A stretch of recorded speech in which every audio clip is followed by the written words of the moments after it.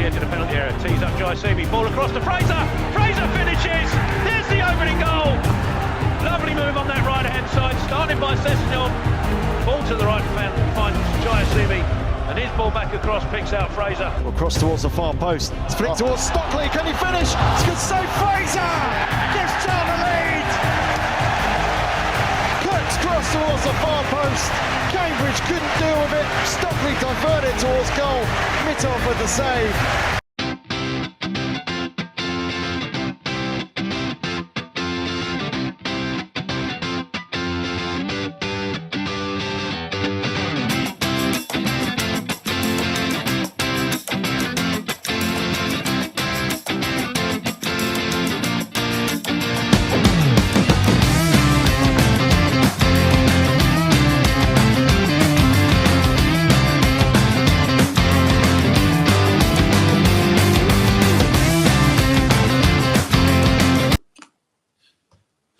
Hello everybody, welcome back to the channel, Off The Underside. How are we all doing? We've got another fantastic guest today.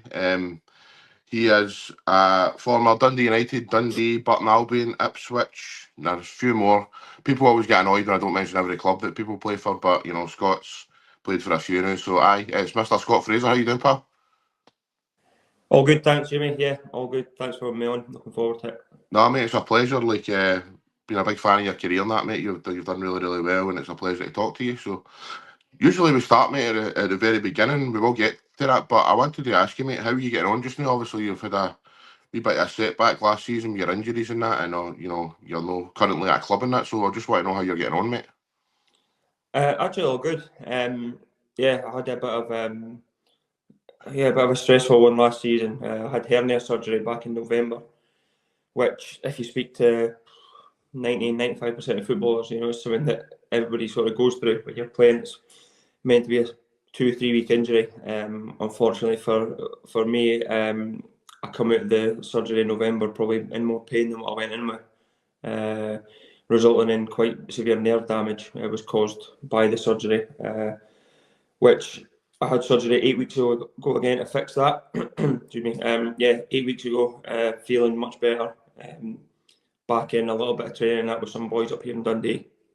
Not a couple of weeks yet before I can look to get actually back in, but in terms of physically how I'm feeling, that, yeah, better than what I've been for the last sort of few months.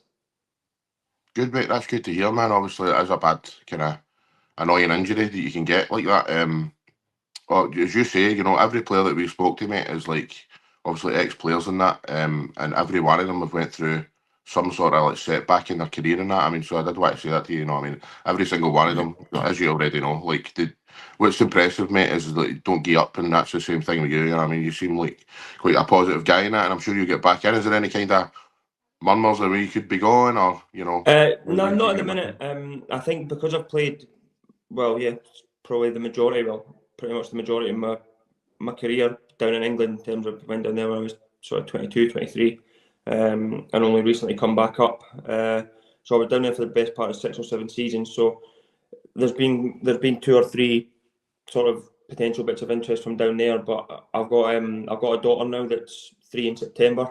So we spent the best part of sort of my last 18 months at Charlton trying to get back home. So I didn't honestly be too happy if I turned around and said actually we're going back down. So It's been all right at the minute. It's as I say, that's 8 weeks now, so I'm hoping in the next sort of maybe 2 to 4 weeks we could start to really speak to clubs and show that I'm fit. Brilliant, mate. Look forward to see what the future holds. But like I say, you know, we do like to start from the very beginning, Scott. Obviously, you grew up in Dundee and that. What's your earliest memories of like kicking a ball about? Probably the same as every sort of kid, you know, either down the local park where either my dad or my pals, for as long as I can remember, you know, it used to be just in the hallway of the house, or dad throwing the ball up to you. It'd be chest volley, knee volley, trying not to smash any lights. You know, your mum would be in the living room or in the kitchen screaming. Me and my dad are just, it's either playing football, wrestling, just as every sort of young lad sort of grows up doing. And then from sort of the ages maybe 6 or 7, I went to a thing called the J League here in Dundee, which was sort of hosted across from where Tannadice actually is. The Gussie Park it was called. It's changed names again now. I don't know what it's called now, but yeah, we used to go in there sort of every Sunday before I got to grassroots level. I used to play in there every week. Loved it, and then from that point, really, probably where I started to really enjoy it the most was at that sort of stage of my life. Probably about the ages of, as I say, 6 or 7. So was it like just your every week thing there? And obviously, was there anybody in particular in your kind of youth days that, you know, inspired you to keep going? Probably, again, the generic answer of like your family, you know what I mean? It's, as I say, for sort of 6 or 7's where I really started to enjoy it and become, like, as I say, really like a weekly thing where I would go. It was tough when I was younger. When I was that age, my mum or dad, they didn't drive, so it was a case of, you know, I'd need to get like a bus, or I'd need to get 2 buses at times, which I'm obviously grateful now. At the time, you know, it was a bit like, you need to get a bus, and you know, when it gets to like November, December time, and it's a 10-minute walk from the bus stop up to the training ground, and that's like, it's a bit of a ball ache. But now I look back on it, I'm like, I'm glad that my mum and my dad sort of went through that with me. And then in terms of inspiration, it would always just be them. You know, my gran and granddad were heavily involved, or are heavily involved in my football as well. In terms of, they'd be taking me sort of here, there, and everywhere, you know, for the away games and things that we'd go to, the tournaments that we'd go to. So yeah, I think family, as everybody would probably say, has been the most important thing. Brilliant. So in 2014, you ended up going to Dundee United. How did that move come about there? Again, just for playing sort of local grassroots. I was at a team called Longforgan. We had the team actually had ended up folding because we lost that many players to either Dundee or Dundee United. We were really good, to be fair. It was a really good setup there. There was about probably 5 of us that ended up going in with United, and maybe another 5 went in with Dundee. So in the end, the sort of manager of the team at the time just decided to fold it, which is unfortunate for them. But you know, unfortunately, it's part of the sort of food chain, if you like. You know what I mean? If players get spotted, they're going to move into like elite academies. So yeah, I went in there from when I must have been about 9. Went in, was meant to go in a few months earlier, but ended up breaking my ankle playing school football. So that was unfortunate. So I started about 6 months later than the rest of the boys that went in for my same team. But I was in there, went on I think it was a two days. I was in on a week trial, and then it was Ian Cathro was the coach at the time with our younger age group. He took me in after night 2 of the trial and just said that they wanted to sign me. So that was great news. And then was there ever since. Brilliant. I think you went through with guys like Ryan Golden, didn't you? Yeah, went with Goldie, Soapy, John Suter. We had boys like Dan Petrie, who made his debut, but then I think he got an injury and just didn't play anymore. But yeah, it was myself, Goldie, John were like the 3 that sort of were there from sort of 8-9-year-old right through to the first team level. Brilliant. Let's say 2014, you ended up you end up signing Dundee. What do you remember of your time there? You know, like, how do you look back on it? What's your thoughts on your debut in that? Oh, my debut was at Celtic Park. My old man and granddad and that, David, you'll probably know like this, but they're big Celtic fans. So about half my family are Celtic fans, and my mum's side of the family are all mad Dundee United fans. So making my debut at Celtic Park was a bit like surreal for everybody, because to make it there against like my old man's team, and obviously playing for like my mum's side. There was half of your fans on the home side and half of them were in the away end. Nah, so obviously I got all the tickets for the United end, but I think my dad managed to blag his way into the away end, the home end, where obviously where the United fans were in the corner. Obviously it's just a little section in the corner to get at Celtic Park in it. So obviously the away end behind the goal, the home end, sorry, behind the goal. My dad managed to blag his way into that, which is he's way off it sometimes. Like, but so he ended up in there, which is obviously a good story for him. And then my mum and my uncle and all that were in the United end. I come on by about, I think it was like 10 minutes to go, then 3 or 4 minutes added on. So it was brilliant. Like, it was, I always remember the game was live on TV, and the camera sort of pans to me, or like pans to the bench as I'm getting my instruction for Simon Donnelly, and as he's talking to me, you just see me kind of like looking at the pitch and going, like trying to get I couldn't get a breath. It was like, is this really happening? Because I'd been on the bench sort of the last probably 4 or 5 games and hadn't got on. So I was like, I'm not going to get on, am I? And then had the cup final, obviously, the week after the game at Celtic Park against St Johnstone. So I kind of went into the Celtic game thinking, I might have a chance here. They're obviously, focus is going to be on next week. And then right enough, about 20 minutes to go, Jackie sent me to go and warm up, and I was warming up for felt like about 20 minutes, but was there for about 10 minutes warming up, and then eventually got the call back to come in, and then it was a bit of a blur, the actual on the pitch stuff. I can't really remember too much of it. But in terms of being able to tell the story of it was at Celtic Park, obviously the story of my dad, my family, and it's a good one. It's a belter, mate. How did you find working under Jackie? Obviously, he gave you his debut in that, and obviously we know how it ended with him and stuff. But how did you find him, as a manager and that? I liked him. I did like him. I thought him, Simon Donnelly and Darren Jackson, they worked really well together. I think it was tough at the beginning because Jackie was bringing in boys from other youth teams, like say Aidan Connolly and Charlie Telfer and Blair Spittle and obviously Andy Robertson. But as a youth player or a under-19s player at the time, you see him going and signing boys out with, rather than looking at the 19s there. It's kind of that's not very good for us. But you obviously seen all those boys went on to do really well for United at the time. So nothing against that, but he was really fair with the young players as well. So it wasn't a case of he just didn't want to look at the young players already he had there. He just wanted to bring in along with us. And I think you've seen how good he done with the younger players. I think they must have at one stage had one of the, if not the youngest squad, certainly one of the youngest squads, but just how exciting and sort of free flowing they were. There was a season where they must have been one of the best teams to watch in Scotland, with Stu and Nadir Chef, Jay Garner, Mackay Stephen, Goldie. They just had such a good sort of balance in their team with Ranks and Pates and the midfield too.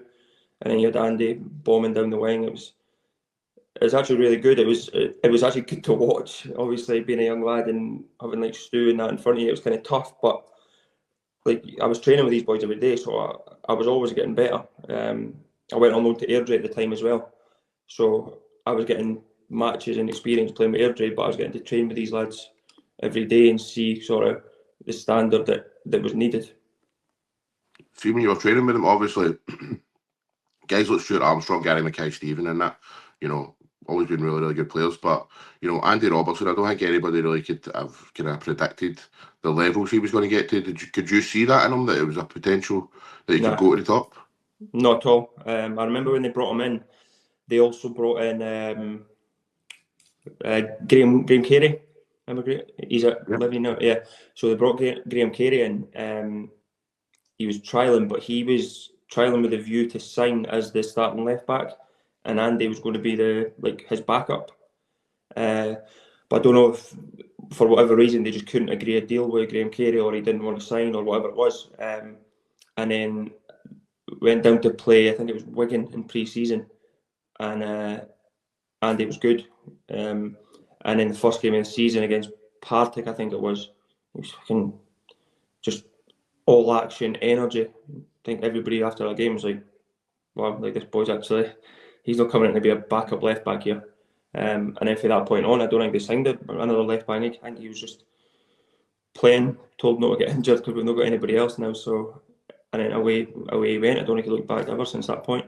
I think it just shows you how much sort of, no luck, because listen, his ability is like unquestionable, but it's just always worth a question of what if Graham Carey did sign? Would Andy have then played? Would he, like, how would all that have worked out? Obviously, it's worked out amazing in the end for him, which I'm over the moon for, like, amazing.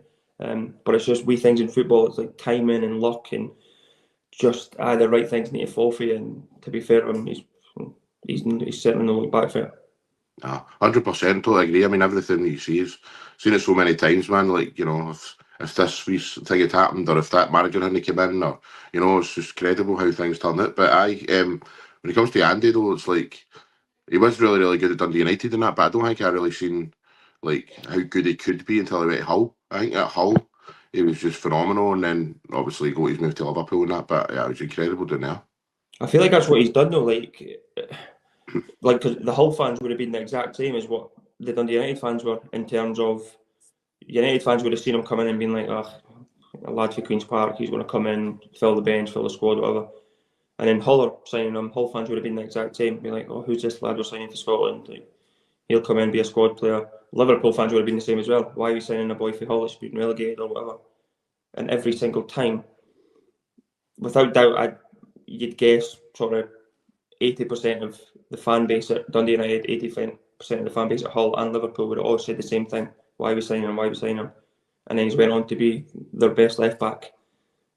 He's been incredible to be at Liverpool for whatever it's been, 7-8 years, and be the starting left back for 7-8 years is not fair play.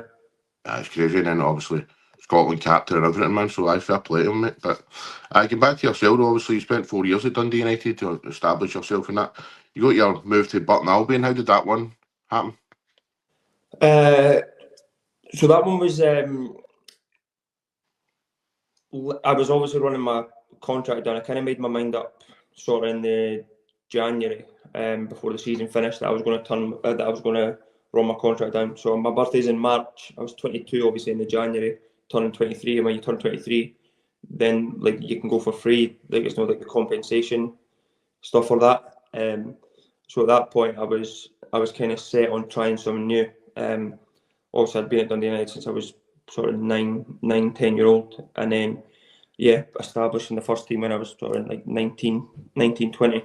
And just with the kind of the way that went in terms of, like I just briefly touched on there, being in the squad, being like Stu and Nadir and Gary Mackay-Steven, that when they were challenging for third, they were getting to cup semi-finals, finals, to then lose all them boys and us being asked to be the ones to replace them without any sort of help in terms of the experience or quality, that like you're losing boys that are going to Celtic for a reason, you know, they're top players. So for it to be sort of myself, my first sort of break-in, I found that quite hard in terms of like the eyes being on me, and you're expected to then go and sort of replicate what Stu's done or what GMS has done, you know what I mean? So when the time come to leave United, I just thought it was a chance for a fresh start for all that had went on. So it wasn't just like a spur of the moment thing. It was like a reflection on the last sort of 3-4 years that I've went like that, sort of up and down, you know what I mean? And I just felt that it was the right time. Spoke to my agents at the time and just kind of looked what was out there for me. When I was younger, I always wanted to go down to England and just experience it, see what it was like. And then the Burton one come up. Met Nigel Clough, really good guy. Met him at St George's Park. That's where they train. So he got out, went down with my agent. He got out of the car with him and his assistant, and then he opens the back door, and this Hungarian Wisla just jumps out the back, and he's running about off St George's Park whilst we're walking about just talking. His dog's just running about mental. But Nigel was really good, really, really good, really honest, really straight to the point, which I probably struggled with at the start. I wasn't used to it, but I think it only benefited me. Well, you know, obviously we know what his dad was like, and that was he as eccentric as him, or was he kind of more straight down the line?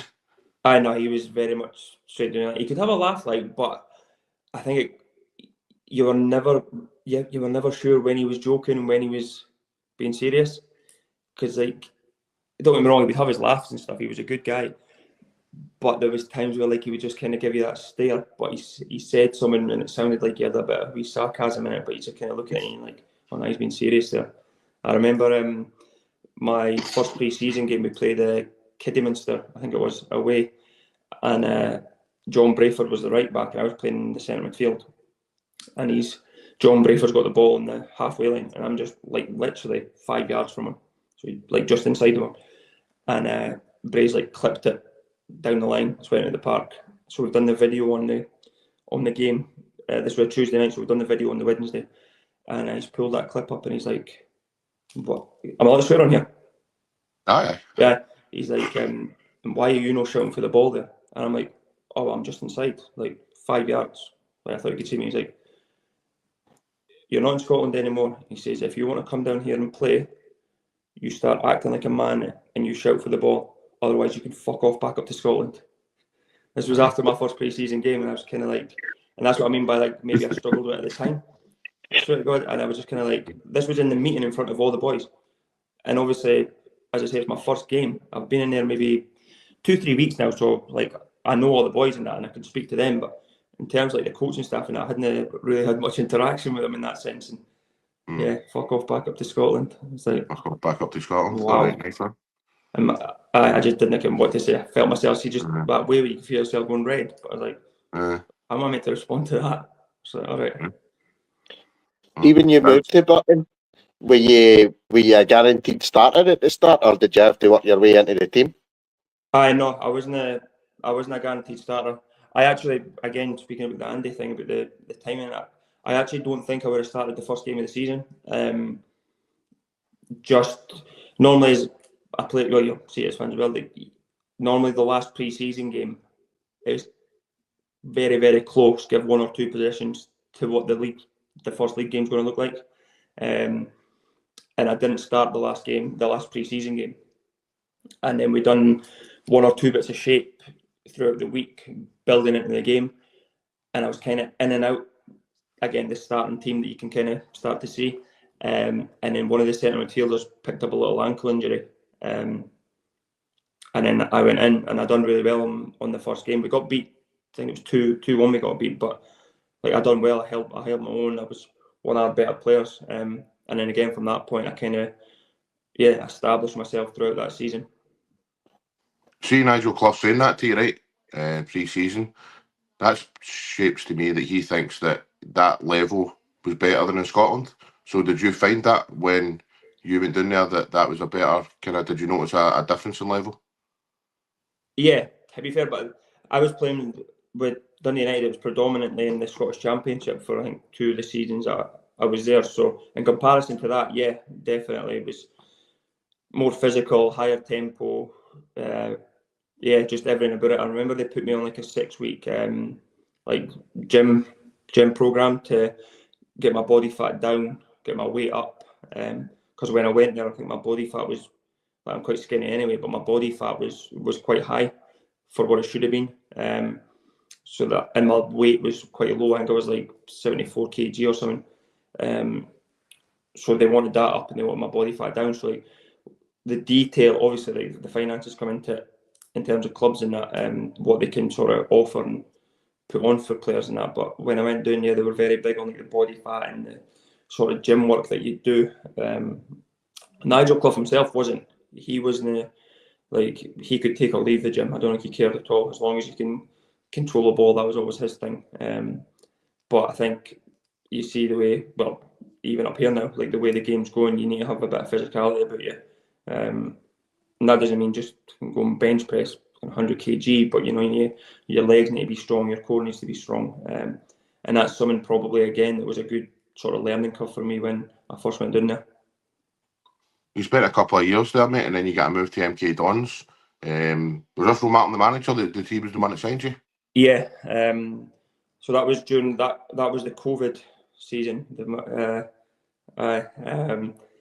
So that was probably, again, come back to timing. So, and the luck in that season was probably my best season. I think I had 10 goals and like 15 assists or something at Burton. And that was by the January, because then Burton offered me a new deal. I think there was a couple of bids in the January that they rejected. and then they were offering me a new deal. But at that point, again, I was ready to see if I can go and challenge myself, because I knew I had interest from higher up. So I was kind of like, I want to go challenge myself. So I kind of made it clear to Nigel that I wouldn't sign a new deal. And like, we got on really well. Like, I genuinely do speak to him now. But I don't think he was best pleased with that. So I think from that point on, as I said, that was the January. I think I maybe played from January to March. I don't even know if I started the game, you know. And that's on the back of sort of 9-10 goals, 13-14 assists or something. He just kind of like, that was me. Brought in a lad from, I can't remember where they brought him from, like West Ham or something. Similar player to me, left-footed, number 8. He went and played the rest of the games from that January to the March. As I said, that was COVID. So in the January, we had some options. And then by the March, April, May time, when everything just went mental, clubs obviously didn't have a clue about their finances, when the league was going to start again. So then those options that you had in the January kind of just like go from sort of 5 to 4 to 3 to 2 to 1. And then you're on your last one, like, oh no, I can't do it just now. And then, yeah, Ross phoned me when I was up here back in Dundee, because Jamie Murphy was at Burton with me, and obviously Russ played with him at Rangers. So I got a message from Murph just saying that Russ had been on the phone. I'm asking for my number and that. But we had played MK one of the games that I started in January, and they absolutely battered us. We won 1-0, scored in the first sort of 5 minutes. I don't know, we touched the ball again for the rest of the game. They just couldn't finish their chances.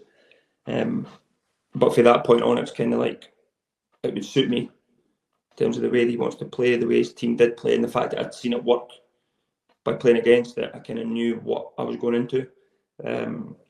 So yeah, he phoned me, and at first I wasn't mad keen on it, just because, I kind of wanted to see if I can go higher. But in the end, it was kind of like, listen, it's a next stepping stone almost to. It's going to suit me the way they play. He likes me. He's been chasing me now he must have been chasing me for the best part of 2-3 months. And then, eventually got down to meet him, and then he was just a lovely guy, so it just all worked out. Well, obviously, he's the current manager at Rangers, who Davey has spoken this morning, as usual. But, every day, mate. Every day I support him. Obviously, you're talking about the style of football down there as well, the style that he played in that. Before we go into that, actually, I want to speak about you. Obviously, you played with like Matt O'Reilly, didn't you? Aye. Was he another one that, obviously, with Andy Robertson? Did you think, again, that Matt O'Reilly was going to be a £30 million player down the line, or did you not see that? Maybe not a £30 million player, but I could show you messages on my phone from at least 3 or 4 of my pals, not really my pals, but just boys that I know who are Celtic fans, that all message me the same thing, like, what's he like? And the same message I wrote to them was that if he does as well as he should, that'll be 10, because I think they paid like 1.5 million or something. And I said, if he does as well as he should, he'll be 10 times worth that by the time he leaves. Obviously, he went for a bit more than that, but he was a weird one. So I signed for MK in the September of lockdown, and Matty was already in there, but he was only wasn't on trial, but he was still contracted to Fulham or something. But he was trying to get out of it because he wasn't playing. He wanted to go and play or something. Again, it probably gives you an insight into his mentality as well. The fact that he wanted out of Fulham, where he would have been on a decent amount of money. So he couldn't sign for MK or something until the January. So I remember, like, my first couple of training sessions, he would always be like on the outside because we were doing shape and stuff. Obviously, he's not involved. But then you do like finishing drills and that, and just simple ones where the coaches like zing the pass out, you take your touch and finish and that. And every touch was like bang. Every finish was whipped. And it's like, why is this boy not playing? Like, I thought he was just a young lad, like from the academy or something. So I remember saying to one of the boys, like, why is he not playing?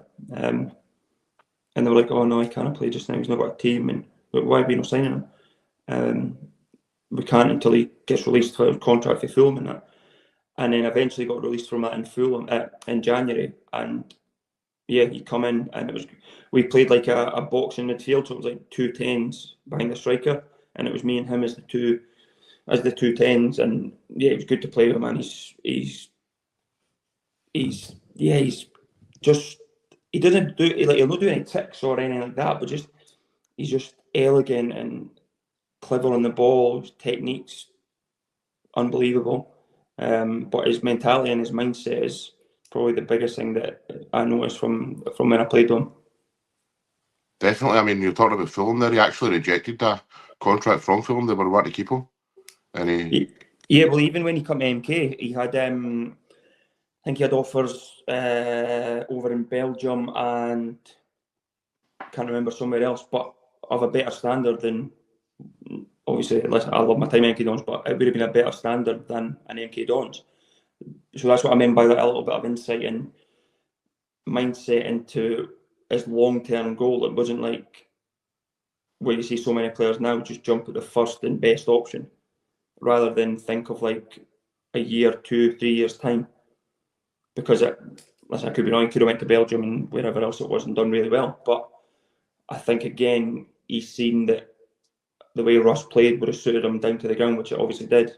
And then he's earned a move to Celtic off the back of that. And then, again, I know for a fact he had a lot of options when he was leaving MK, not just Celtic, but when he spoke to Celtic, spoke to Ange, he said he just got the same sort of feeling that he got when he was talking to MK in terms of it was the next path for him. And then again, he obviously kicked on and done really, really well. Well, it's the same style of football that as well with Ange, wasn't it? You know, attacking.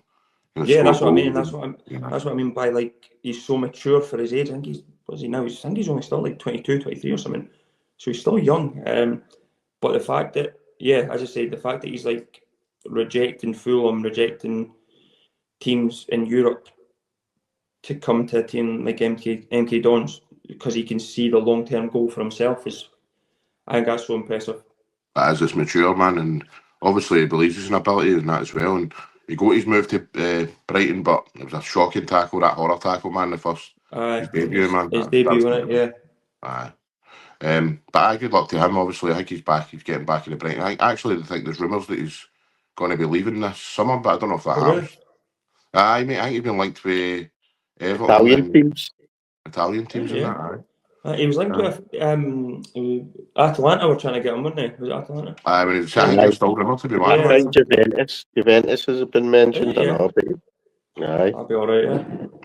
Yeah. Well, there's a lot of talent in that Brighton team, though, man. It's got to be hard. Yeah, no, there is, to be fair. Yeah.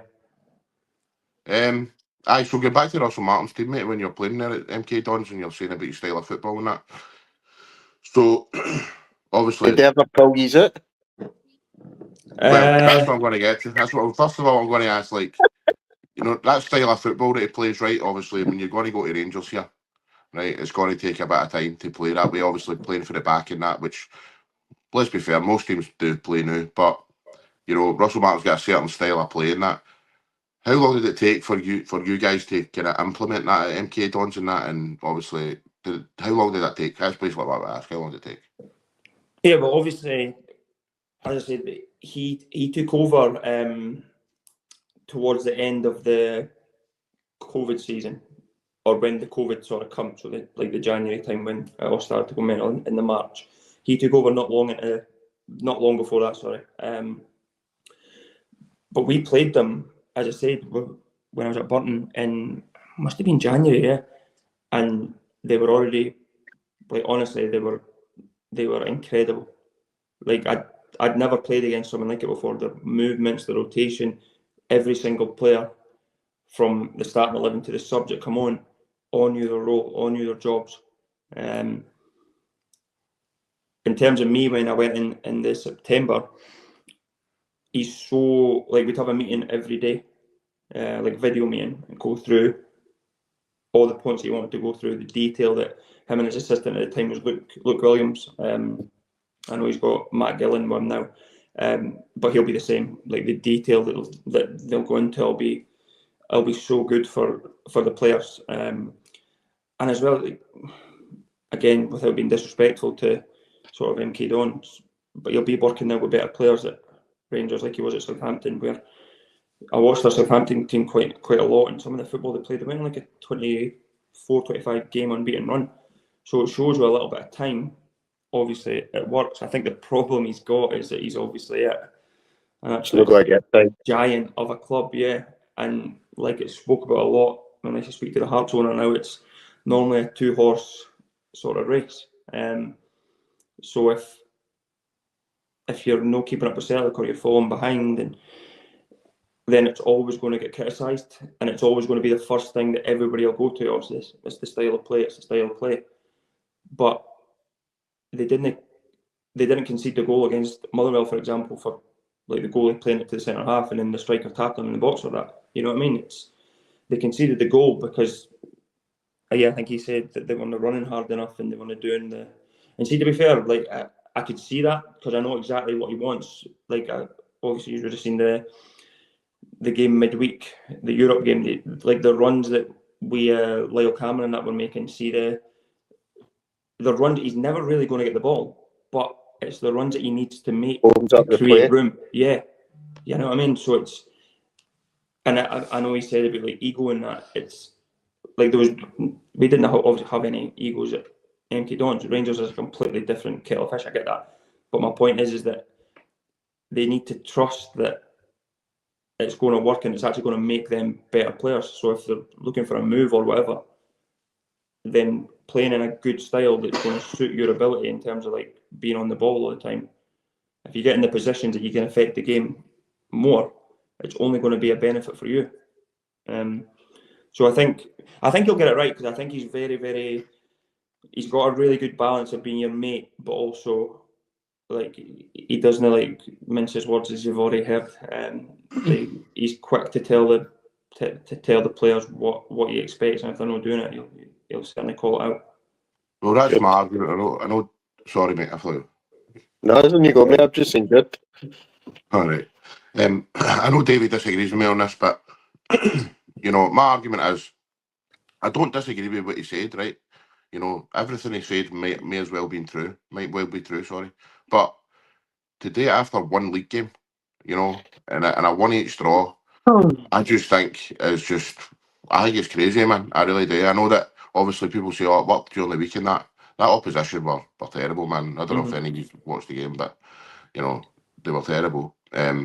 What's your take on that? Obviously, you know them and that, and like, do you think it was the right thing to do in the first? It's the timing for me, you know. Yeah, no, I get the timing thing, but my only thing on it would be like, I don't think it should matter if it's the first game or the 50th game. Like, if he's because like he's obviously been in there now, what, 5-6 weeks maybe? Aye. And he would have been drumming this in. Like, I know what training will be like. Training will be so intense, but everything will be evolving round them having the ball, 1 and 2 touch passing, runs. So I think his, and I've not spoken to him about it, but his sort of look at it would have been, right, this is game 1 and you're not doing it. But even if it gets to like the 20th game in and then they stop doing it again, like, he'll be on to them again. It's not just like he'll be like, oh, okay, we've done it for the past 19 games, I'm happy. Like, if he didn't do it each and every game, he'll call it out each and every time. But why call it out in public though so early? I don't know if he's trying to put a message out to obviously the board above or whatever as well, the players, the agents, whoever it is. I think he mentioned that he thinks it's been a problem under previous managers as well, didn't he? Aye. So he's obviously, he would have watched games in that since he come in, or when he knew he was getting the job or whatever. But I just think to come out publicly and do it is obviously, one, he feels confident he's got the backing of the board in that, in terms of if players are going to chuck it in that, then the board are going to be on his side. But also he must feel that it's only a small minority, so like maybe 1 or 2 players. It's not like a group of 4 or 5 where it can then become a bit of a problem. Obviously, I'm not going to speculate of who he was talking about, but for the changes that he made the other night, you know, there were big calls. Again, we go back to being at a club like Rangers. Like, if he had dropped sort of the best or the bigger 2 or 3 players at a team like MK Dons, the MK Dons fans would still be questioning like what you did that for. So the fact that he's done it at a club like Rangers in a game that he done it magnitude of a Champions League qualifier, I think it just shows you that he's very much driven on and focused on what he wants, and nobody's immune to that. He's probably won over Rangers fans by sticking to his guns and actually dropping players, because if he played the same players to the Motherwell game, then it's kind of a rod for his own back, isn't it? Because he's coming out and slagging them and then no doing anything. I think that was probably my most interesting thing from it was, would he actually drop players? Because I think if he had come out after the Motherwell game and then went for the players, but then played pretty much the same team, you'd kind of be like, right, what was the point in that? But the fact that he's come out and he's backed it up, but then not only that, the team have then responded really well, right to victory. You know what I mean? It's not as if like boys are looking about thinking, oh, he's not playing or he's not playing. Like everybody's just focused on the game plan. They looked a lot more how I would expect them to look. Again, knowing how he wants his sort of eights to play, how he wants his wingers to play, his fullbacks to play. Like you could see it all the way he wants it to play. But the biggest thing is that I think as well, like the fans need to be coached, but they need to learn to do. You know what I mean?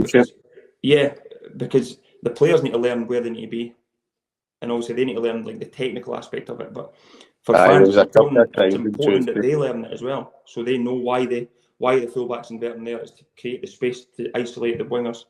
Now he's got a boy. I can't. What's his name? The guy that scored all the goals for Sheffield Wednesday. Yeah. So it's like there's a reason that if it's Max Harlan's playing left, he comes in. It's to create a 1v1 for the winger, because that's his specialty. You know what I mean? The eights get in the little pockets because technically they should be good on the half turn to slip the passes through and things. So I think that's probably the biggest thing, like for somebody like myself who's interested in like coaching and managing and that. It's for fans as well it's finding a way to try and educate maybe the ones who haven't seen it or who aren't big on social media or that, because everybody's like an analyst now on social media, so you get loads of wee things on there, but it's just maybe the punters that just go to the games, you know what I mean, that are just watching games, and it's a completely different style from what a lot of Rangers fans would have seen before, I'd imagine. So it might take a little bit of getting used to when they see them knocking the ball about on the halfway line. It might look slow and it might look like one pace in that, but there's always a reason behind it. The fans started booing. Sorry? The fans started booing on Tuesday. Tuesday. See when you're thought about, they're just passing the ball a bit and then it goes back maybe. Obviously you'd like to go forward, so they're booing. Yeah. But listen, I get that, fans pay the money in that, like they want to see entertainment and stuff like that, but it's just trying to get the balance, is it? Yeah, definitely. It's going to take time. So Rangers do look a lot brighter. They're obviously signing Gassama and Ant-Man and stuff. But anyway, as a Celtic fan, I hope it totally backfires for your mate, I'm afraid, sorry. But go back to yourself, mate. Obviously, you spent a year at MK Dons, now you moved on to Ipswich. Good move for you, that one, eh? Yeah, it was. At that time, they were probably I was quite fortunate. There was sort of 3 or 4 teams that were wanting to do it, but I just kind of looked at Ipswich and people always kind of like said to me, "Oh, why did you go to the Championship?" Because it was like 2 Championship, 2 League Ones, but I just thought the way Ipswich were going in terms of the signings that they were making, the vision that they sort of had for the club, which you've obviously seen now, it just kind of made sense. And again, speaking about what Matty done in terms of not just jumping at the higher opportunity or whatever, it's kind of had in my head of like, right, if I do that now, maybe in a year or two's time, it'll be more beneficial than just jumping straight to that team or whatever. So that was in my head from probably quite early on. I didn't enjoy it. I was played on the left wing. Again, it's not an excuse. I've never been a left winger in my life. I would never, during the speaking to them for maybe best part of 2.5 weeks, it was never ever mentioned that I would be stuck out on the left wing. I was always either like a number 10 or number 8. So for quite early on, I stopped enjoying it. Probably from the first I remember texting my agent actually after probably 3 weeks and saying, I think we got this one wrong. Just because, yeah, as I say, playing out of position, manager at the time didn't really want to have a discussion about it. Weren't doing particularly well as a team. And then, similar to what we said there about every time Rangers lose a goal or drop a point, now it'll come back to the style of play.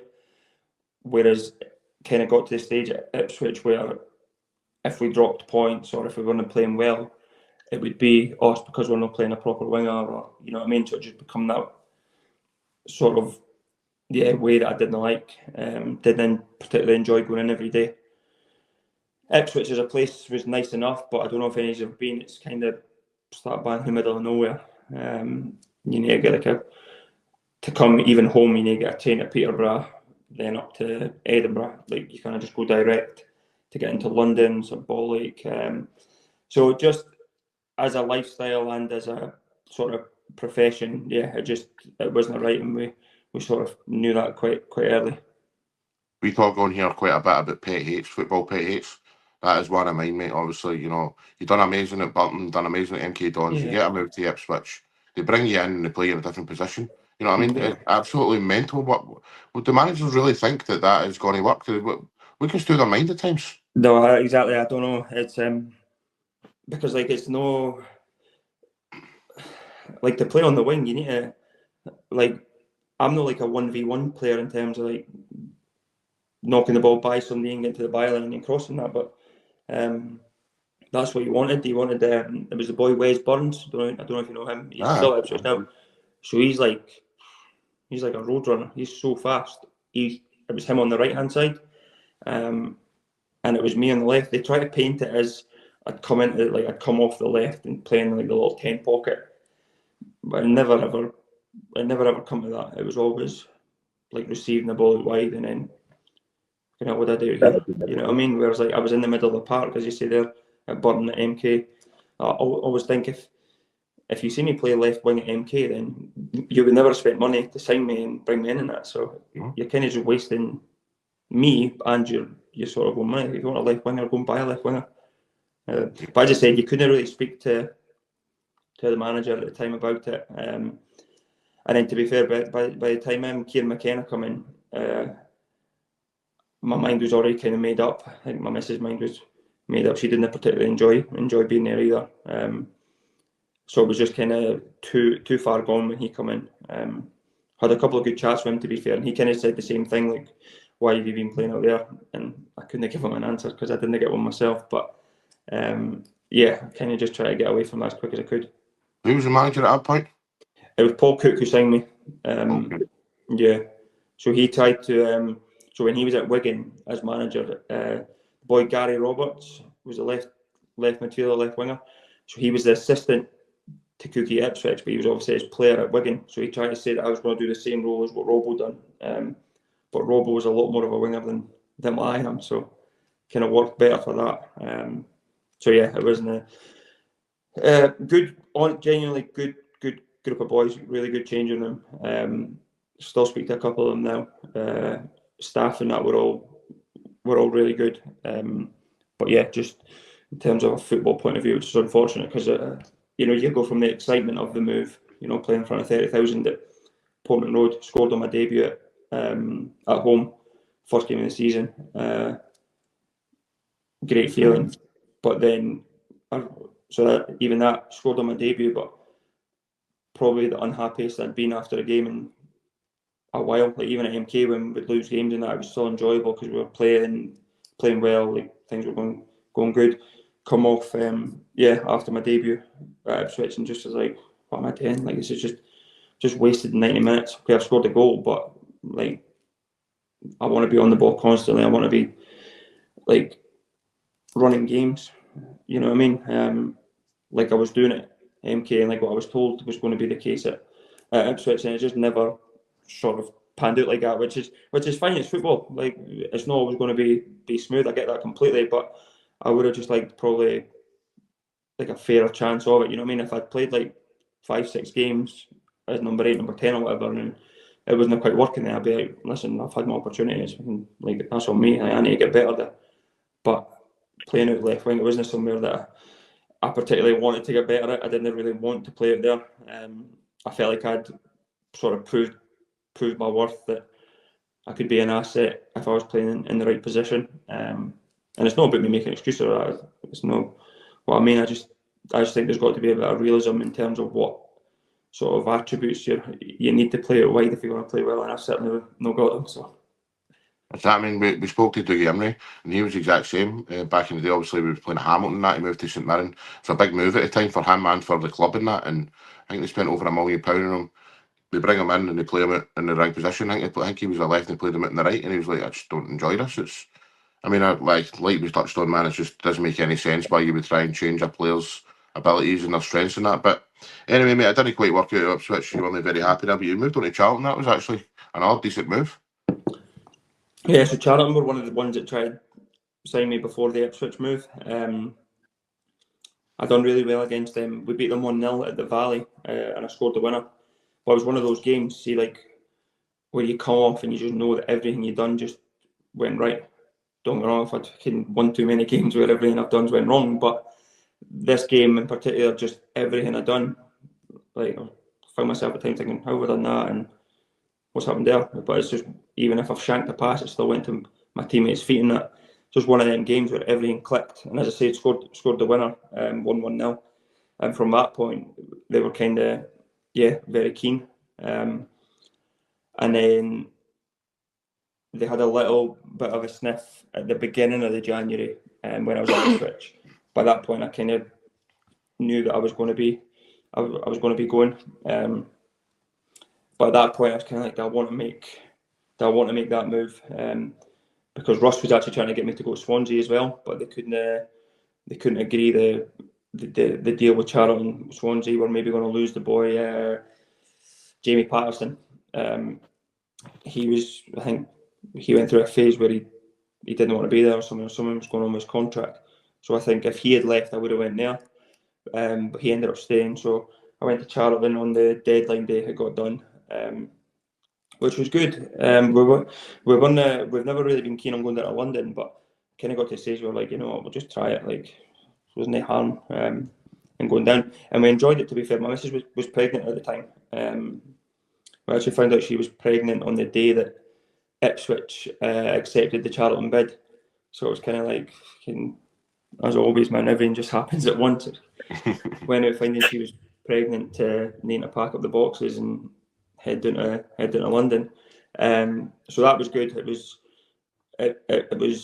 different for Ipswich in terms of Ipswich was so quiet and not much going on, to them being slap bang in the middle of London. We were next to the O2 where they put us at the start. We were in a lovely wee apartment there, to be fair. It was nice.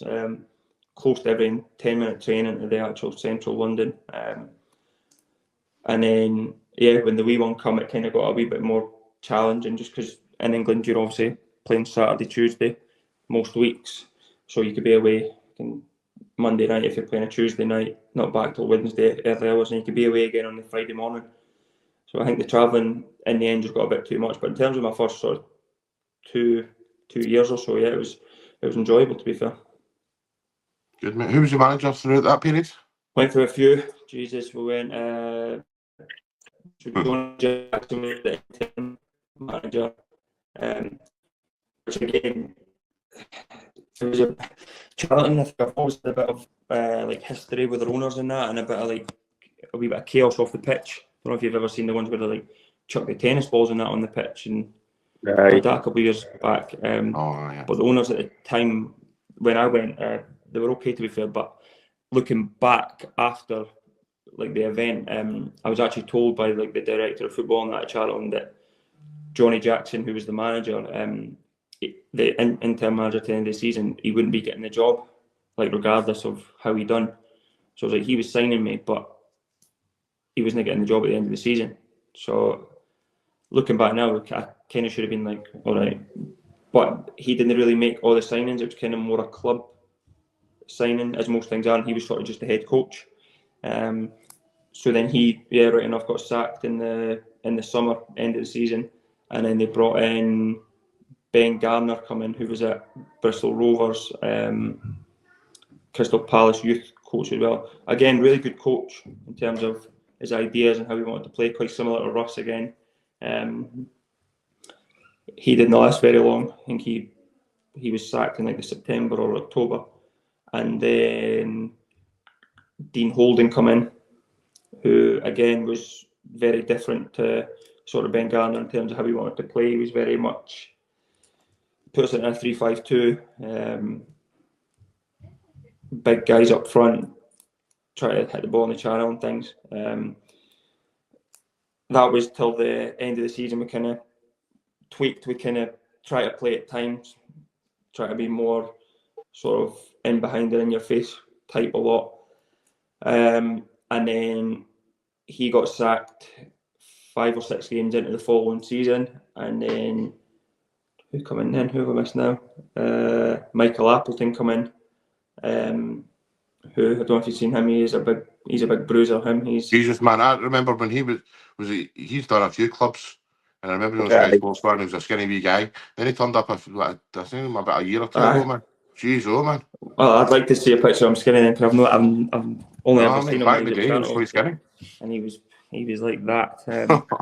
He used to wear he'd wear Stone Island jumpers on the bench and that on a Saturday, and just think, you are mental, like. Bet you weren't answering him back training that way. Nah, no chance.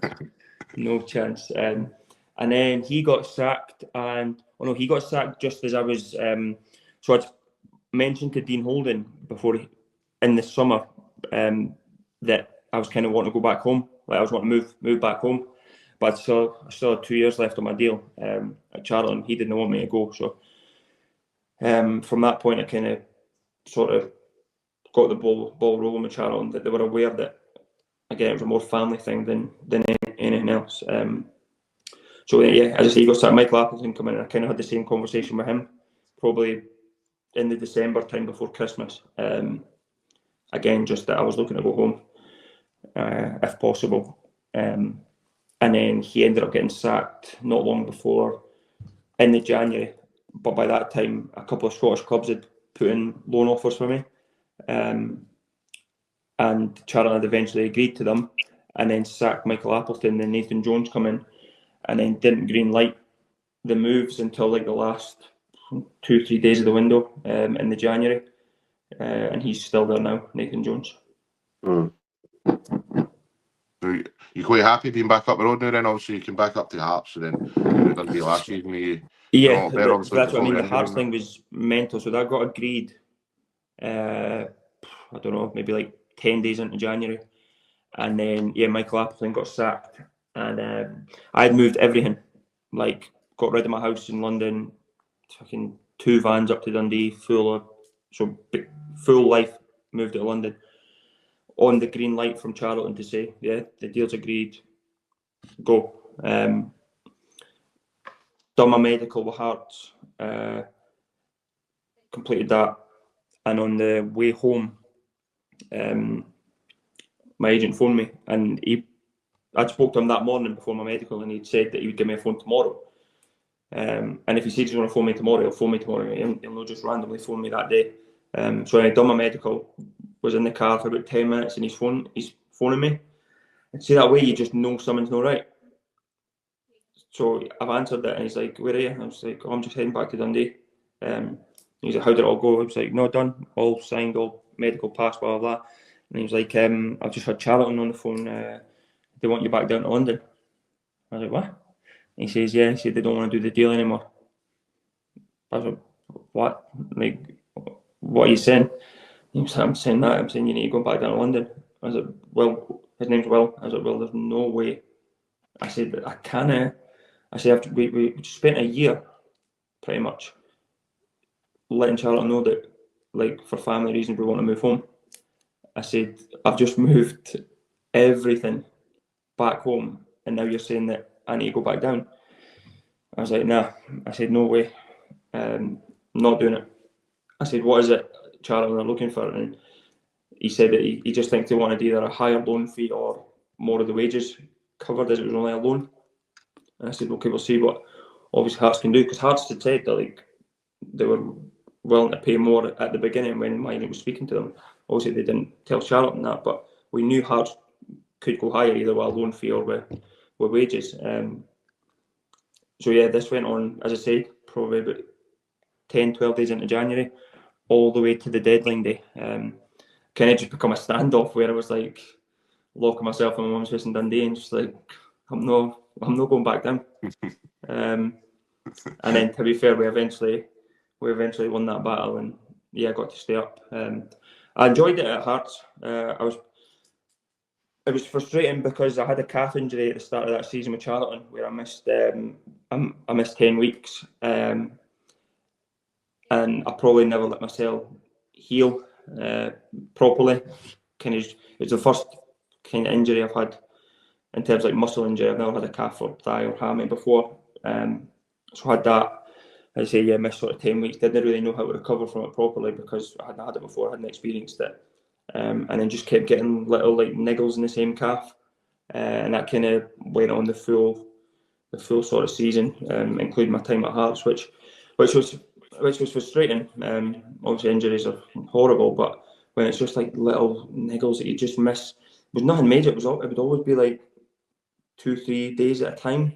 But those 2-3 days would come on like a Thursday, you know what I mean? And then you miss Friday, Saturday. So you're missing a game. And yeah, I just couldn't get any rhythm, which was frustrating. Then that season finished, went back down to Charlton in the summer because I still had a year left. But by that point, like, my missus and I stayed up because, yeah, we just, one way or another, we just had to get away from there. But even that sort of dragged on. To the point where I eventually agreed to pay up on the deadline day of the window. Excellent. Well, I'm glad you're back up anyway, mate. And obviously, once you get yourself fit, but hopefully you stay up here. That's what I'm hoping for. But you never know. Actually, make a wee phone call off Russ. Aye, well, if he needs a water boy or something, maybe. Right, mate. Let me finish on a couple of wee things just before we let you go. I wouldn't even do that well. The first question is, mate, over your whole career, give me a five-a-side team, please, of the players you played alongside. You're the coach. Ooh. Russell Martin's the coach. Aye. No. Russell Martin. Not even talking about him anymore, right? That's enough of him. Okay, five-a-side, including a goalie or all outfield, or up to me? Goalie, mate, aye, Up and to then you. your As sister. well. Right, okay. Goalie, I would probably go. Oh, what question that is. I'd maybe go Big Xander Clark. I was going to say Craig Gordon, but I played with Xander more when I was at Hearts. Thought Xander was really, really good. Or he is really, really good. Yeah, so I'd go Big Xander, brilliant guy as well. So centre back, I'd go John Suter, always. Big fan of him. I think he's really good. So I'd put him in there. That's my one at the back. It's going to be very much attacking. I'll go Sam Morsey in the middle of the park with Ipswich. He could be like my muscle in there. What's that? 3, and then I go Matt O'Reilly. And to get my goals, I would go. I'd go Shanks. I'd go Lon Shankland. He's good player in general, but good five-a-side player. That's a good team, man. Every single time we do this, man, it's just like a five-a-side team. Incredible. I've no idea who would win any of them, man, honestly. Yeah, there's a few I've no, including like Gary Mackay-Steven in a five-a-side would be ridiculous. Pure Armstrong and all, man. We'd get a bit. You know what? I'm going to need to take Sam Morsey out. I'm just going to put one defender. I'm going to put Jez Raksaki. Incredible. Exactly. He was like Rangers as well, no? Aye. Is that man Crystal Palace? Oh. Aye. Wow. He's incredible, genuinely. What was he, a midfielder? Winger, right winger, left footed. He come to Charlton on loan. Trained we played Plymouth at home on a Tuesday night. He trained the Monday. First time he trained. Started right wing, and wow, like during the game that way you're like, how is he here? Like, what is he doing here? Like, he was only, what would he have been? like 18 at the time, and these are like grown, experienced men, and he's like making them look stupid. Did you say he plays for Crystal Palace now? He's at Crystal Palace. He was on loan at Jamie, it's a United last winger season. that you like to. Right, I know you're talking about. Right. I'd put him in. He'd be good to watch up here. Well, there you go then. Hopefully you don't sign him, Davey. Sounds good.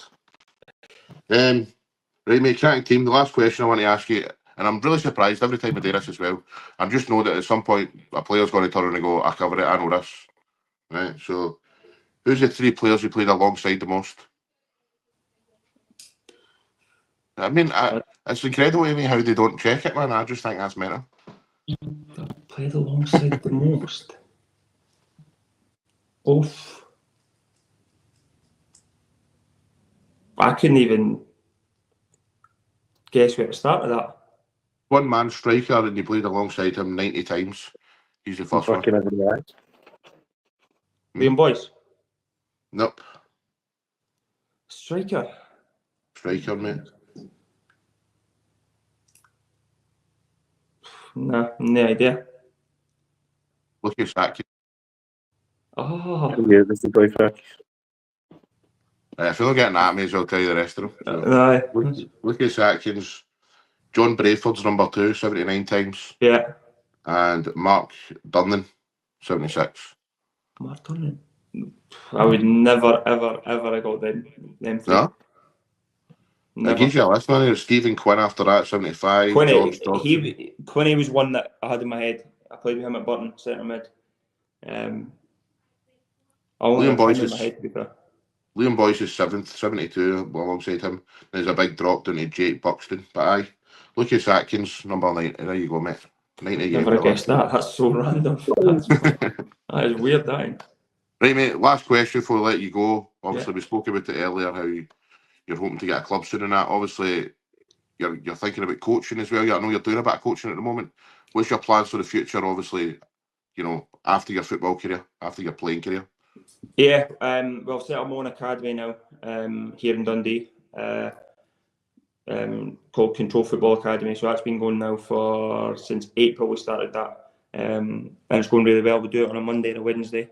As I said, up here in Dundee, try to just make it as sort of elite and professional as what the kids get in, like a Dundee or a Dundee United, in terms of the the help with nutrition, help with athletic development, help with mindset. Loads of stuff like that we bring in, because there's loads of academies about these days. So you just try to make yourself stand out in any way you can, really. So no, we've done that. As I say, it's going really well. Numbers are growing every week, and I'm enjoying it.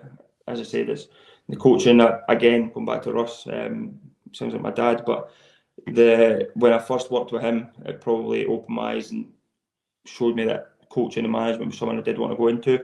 And then during my rehab, so as I say, it's been 8 weeks now, I've got another few weeks left, but Brecon have asked me to help coach and manage their new under-20 side that they've started just this season.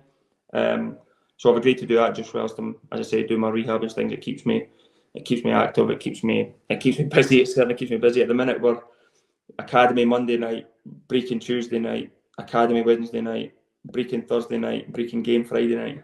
So we played Stirling last night, got back in the house at 12:15, and was up again this morning with a wee one at 5 to 6 or something. So it's just full on, but I'm actually really enjoying the coaching with the Brecon 20s, and it gives me a good balance because I'm working Wednesdays are 5 to 9 year olds, and then Mondays are 10 to 15 year olds, and then Brecon's sort of 16 to 20. So I'm working with 5-year-olds on a Wednesday, and then Thursday I'm working with 20-year-olds. So it's hard to tell which age is which sometimes with them, but it's given me all that balance between how you treat really young kids and how you treat sort of young players that are getting ready to step into first team environments. Because obviously you see modern football now, the boy at Arsenal is only 15, involved with their first team in that. So you need to be ready. You need to be able to treat them, obviously, with a care because they're kids, but also with that demand that when they go into a first team dressing room, they're ready because these boys are playing for livelihoods, whether it's win bonuses or leagues or whatever it is. Particularly, obviously, Brecon, where they're trying to get back into the league. You know, these boys need to be ready. So I've enjoyed that balance of working with really young to working with boys that are ready to go into the first team. Just shows you, but it's just what we were talking about earlier on, the synchronicity thing, you know, the if this didn't happen, that didn't happen sort of thing. I know that you'd obviously rather be playing, you know, and have a club in that, but just imagine if you didn't have that injury last season, you wouldn't have been getting all this knowledge, you know what I mean, and working with young guys and for the future and that. So, aye, mate, it's... No, that's definitely... I'm very much big on the try to just, like, no feel sorry for yourself. Like, it is what it is. It was obviously a shit situation for me. Like, it's not really affected anybody else. Well, obviously, other than like my missus, my daughter, and that. But in terms of like football, like, I'm not daft. Football's a business. Like, clubs just care, fans just care if you're on the pitch for them. Really, you know what I mean? If you're not on the pitch, then you're irrelevant, really. And that's not me again saying it's only me, because it's football. Like, I completely get that. I think the frustration for me was probably people have probably seen that.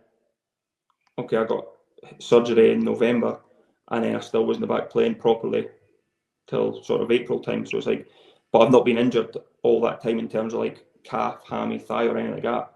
I've not had a chance to recover from the surgery I had, if that makes sense, because I come out of the surgery with a nerve damage that needed fixed. So that's probably the biggest frustration I had in my time at Dundee, and just trying to then use it to benefit me. So as I said, in that time, I then opened up my own academy. I've started obviously my coaching with Brecon, completed my B licence and that. So I've tried to spin it and try to make use of the time. But it's probably now where I'm getting back to little bits of training that I'm starting to get itchy feet now and being like, right, I want to get back in. Brilliant, mate. Well, hopefully it does happen, man. Hopefully you get back playing as well, and then, you know, you can move on to your coaching that later on, and hope to see you managing in the future, mate. Hopefully up here again, you know. Like to see Scottish players stay here, you know, coaching and that. So, aye, mate, all the best to you. Thanks very much for coming on, Scott. It's been a pleasure talking to you, man. And like I say, we wish you nothing but the best for the future, pal. No, I appreciate it, guys. Thanks very much for having me on. No bother, mate. Thank you. Brilliant. See you later. Bye. Cheers later on. Bye, mate.